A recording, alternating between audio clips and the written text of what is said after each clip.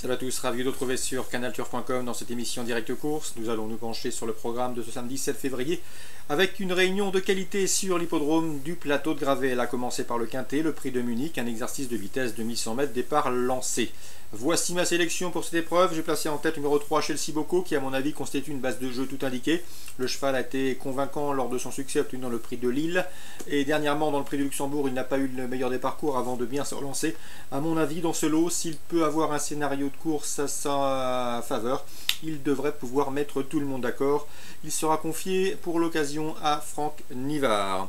Ensuite, j'ai retenu le numéro 2, Verinax Marceau, lequel a prouvé qu'il faisait partie des meilleurs de sa promotion. Il a très bien couru dans le prix de Belgique, se classant 3e. Ici, il a hérité d'un bon numéro derrière les ailes de l'autostart. Il est en forme. Grégory Laurence, son mentor, ne serait pas surpris de le voir lutter pour les premières places. Le cheval a prouvé qu'il en avait parfaitement l'étoffe. Ensuite, numéro 7, Princess Griff. Devant le numéro 14, Ustinov du Vivier, respectivement affiché 1er et 3e du prix de Brest le 17 janvier. Princess Griff évoluera sur un parcours de vitesse à son entière convenance, alors que Ustinov du Vivier, qui est un cheval également de tout premier plan, aurait sans doute préféré une distance de plus longue haleine et devra quant à lui composer avec un numéro 14 en deuxième ligne et en dehors. Jamais un avantage sur ce parcours de vitesse. Ensuite numéro 6 Scarlett Turgot qui a terminé deuxième du prix de Forez le 10 janvier devant 4 de ses rivaux du jour. Elle devra une nouvelle fois fournir sa pleine mesure et être dans le coup. Une place dans le quintet est possible. J'ai également retenu le numéro 8 Vincennes qui devra afficher des progrès sur sa course de rentrée dans le prix du Luxembourg où ce jour-là elle a été courue sagement. Sachez que cette fois-ci on s'attache les services de Jean-Michel Bazir contrairement à sa récente sortie. Le numéro 11 T de Chine qui a terminé 3e de cette course l'an dernier avec un numéro en deuxième ligne déjà. Il tentera de faire aussi bien cette année mais à mon avis mieux vaut l'envisager pour une 4e, 5e place. Même remarque avec le 15 Thierrick qui fait régulièrement son devoir en pareille société mais qui me semble barré pour le succès et qui briguera ici un nouvel accessite. Une place dans le quintet peut lui revenir à la faveur d'un bon déroulement de course. Résumé chiffré pour ce quintet plus prix de Munich. Le 3 Chelsea Boko, le 2 Verinax Marceau, le 7 Princess Griff, le 14 Ustinov du Vivier, que de bons trotteurs, le 6 Scarlett Turgot, le 8 Vincennes, le 11 T de Chine, le 13 Styric. La suite du programme à Vincennes. Dans la première, attention 109 Baby Offer qui reste sur 2 victoires sur le parcours qui nous intéresse. Il va ici débuter au trot monté avec de solides ambitions. Il a prouvé qu'il avait les moyens de remporter une course de genre. S'il se plaît sous la selle, s'il n'est pas perturbé par le changement de discipline, il s'annonce redoutable et à mon avis redoutable notamment pour le 110 Baron Herold et le 108 Beautiful du Sac, respectivement affiché 1er et 2e d'une épreuve de même facture le 9 janvier. 109, 110, 108.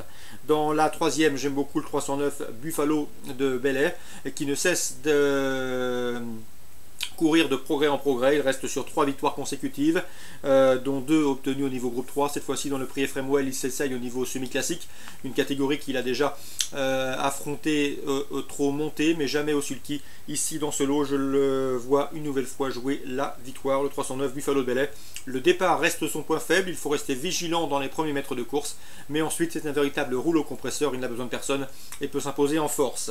Le 303 Briac d'Arc qui a été son dauphin dans une récente épreuve doit être repris car ce jour-là le cheval s'est montré fautif dans le premier tournant. Ensuite il a fait un effort en épaisseur, il a été contré par les animateurs mais n'a pas démérité pour conserver un accessite. Déféré des 4 pour la première fois, il peut cette fois-ci se rapprocher de Buffalo de Bel-Air. 309, 303. Dans la 7e, on insistera au début sous la selle du 712 Villeroy. C'est a priori le cheval de classe du lot, un cheval qui s'est frotté au meilleur de sa promotion au sulky. Ici, il sera déféré les 4 pieds pour ses débuts au trot monté. Je pense que c'est un lauréat en puissance. Attention également au 711, Sage de Guérinière, bien connu dans les quintets, un bon finisseur, qui va lui aussi débuter dans la discipline. Concernant les candidats aux places, je citerai le 703 Ukarza du Benjo, une bonne jument, une jument de qualité, rarement décevante sous la selle. Il faut lui pardonner son faux pas dans le prix du Jacques Andrieux, le jour du Prix d'Amérique. Elle a la qualité pour terminer sur le podium.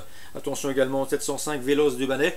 La sagesse ne fait pas partie de ses principales qualités, mais dans un bon jour, le cheval a parfaitement les moyens de contrecarrer les plans des précédents cités. Donc 712 pour la victoire, Villeroy. Pour les jumelés trio, on lui associe le 11, le 3 et le 5. Je termine avec le 903 Hugues d'Érable. Il n'est pas vraiment vénard cet hiver. Il avait course gagnée dernièrement sous la selle le 31 janvier lorsqu'il s'est montré fautif à moins de 200 mètres de l'arrivée. Auparavant, même topo, il semblait en mesure de jouer les premiers rôles lorsqu'il s'est montré fautif. À mon avis, cette fois-ci, si David Thomin parvient à le maintenir dans de bonnes allures d'un bout à l'autre du parcours, le cheval ne devrait pas être loin de la vérité. Le 903, à savoir Hutte d'érable. Résumé chiffré pour les coups de cœur. Le 109 Babillofort, on lui oppose le 10 et le 8. Le 309 Buffalo de Bellay, on lui oppose le 3. Le 712 Villeroy, on lui oppose le 11, le 3 et le 5. Et le 903 Hutte d'érable qui mériterait amplement de renouer avec la victoire. Concernant Cagnes en Réunion 2, j'ai ciblé 2 courses. La première avec l'information que m'a fourni Jean-Pierre Gauvin. Il présente le 105 Guapaluccia, la jument est au mieux. Elle vient d'ailleurs de se classer deuxième dans une course de même facture à réclamer sur cette PSF cagnoise. Elle est restée au mieux. Sa jeune cavalière la connaît bien. Le seul point d'interrogation concernant Jean-Pierre Gauvin, c'est la distance. Elle passe de 2000 mètres à 2400 mètres. C'est le seul bémol, mais d'après lui, elle devrait une nouvelle fois terminer parmi les 3 premiers de cette course. Je lui opposerai en priorité le 102 Thomaraz, qui a été tenu écarté de la compétition pendant de nombreux mois. Il a maintenant 2 courses de rentrée dans les jambes, 2 courses de remise en route où il a été monté sagement. Cette fois-ci, le cheval est proche de son top, au tir de son entourage. Sachez également qu'il sera muni de guerre, contrairement à ces 2 courses de remise en route. Il va se plaire sur la PSF, car il a besoin de courses relativement rythmées. Et à mon avis, dans ce lot, il doit pouvoir s'imposer. Ce sera d'ailleurs mon favori, le 102 Thomaraz, que je placerai devant le 105 Guapaluccia.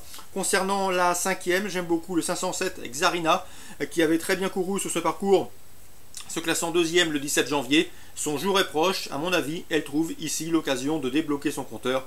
Elle qui a prouvé son aptitude au parcours des 1300 mètres PSF s'annonce à mon avis redoutable. Le 707 Xarina et le 102 Thomaraz, mes 2 coups de cœur pour la Réunion canoise, Réunion 2, en ce samedi 7 février. Très bon jeu à tous, bon début de week-end et à demain pour une nouvelle émission.